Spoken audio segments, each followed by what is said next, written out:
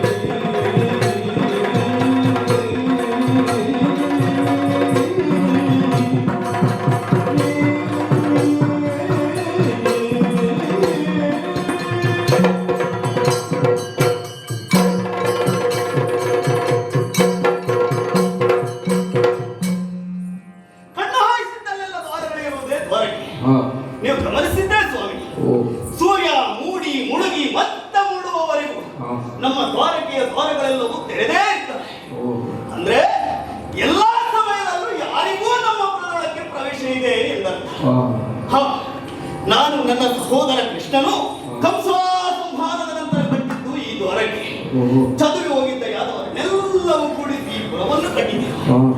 ಹೀಗೆ ದ್ವಾರಕ್ಕೆ ದ್ವಾರವಲ್ಲ ತೆರೆದೇ ಇದ್ರೆ ವೈರಿಗಳಿಂದ ಏನು ಸುರಕ್ಷತೆ ಅಂತ ನೀವು ಕೇಳಬಹುದು. ದ್ವಾರಕೆಯನ್ನು ಸುತ್ತಲೂ ಆವರಿಸಿರುವ ಈ ನೀರೇ ಬಲು ದೊಡ್ಡ ಸುರಕ್ಷತೆ. ವೈರಿಗಳ ದಾಳಿ ಆಯಿತು ಎಂದು ತಿಳಿದರೆ ಆಳ ಸಮುದ್ರದಲ್ಲಿರುವ ಮೀನುಗಳು ಕೂಡ ನಮಗೆ ಸೂಚನೆಯನ್ನು ನೀಡುತ್ತವೆ. ಉಪ್ಪು ಅಲೆಗಳು ನಮಗೆ ಸಂದೇಶವನ್ನು ನೀಡುತ್ತವೆ. ವೈರಿಗಳನ್ನು ಅಲ್ಲಿಯೇ ಮುಗಿಸುತ್ತಲಾಯಿತು. ಹಾಗಾಗಿ ಪುರದ ಹೊರಗೊಂದು ಯುದ್ಧ ಭೂಮಿ ಅಗತ್ಯ ನಮಗಿಲ್ಲ. ಮತ್ತೆ ನಮಗೆ ವೈರಿಗಳು ಯಾರು ಯಾರು ಇಲ್ಲಪ್ಪ. ನನ್ನ ತಮ್ಮ ಕೃಷ್ಣ ಹೋದಲ್ಲೆಲ್ಲ ನೆಟ್ಟಸ್ಗೆ ಮಾಡಿಕೊಂಡು ಬರ್ತಾನೆ. ಹೋದಲ್ಲೆಲ್ಲ ಮದುವೆ. ನಿಜ ಹೇಳ್ತೇನೆ, ಮದುವೆ ಮಂಟಪದಲ್ಲಿ ನಿಂತು ನನ್ನಷ್ಟು ಅಕ್ಷತೆ ಕಾಳು ಹಾಕಿರೋರು ಪ್ರಪಂಚದಲ್ಲೇ ಇರಲಿಕ್ಕೆ.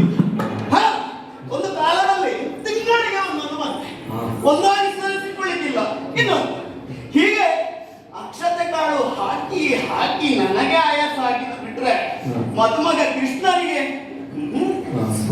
ಈಗ ನಾವು ನಮ್ಮ ಮಕ್ಕಳ ಸ್ವಲ್ಪ ಪ್ರಾಯಕ್ಕೆ ಬಂದರೆ ಸ್ವಲ್ಪ ಕಡಿಮೆ ಆಗಿದೆ.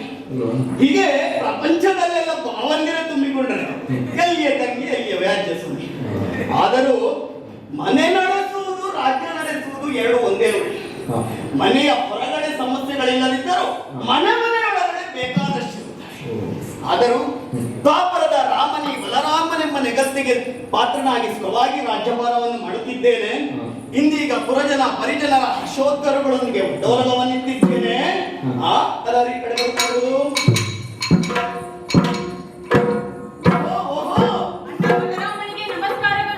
ಅಷ್ಟೇ ಬರೋಣ.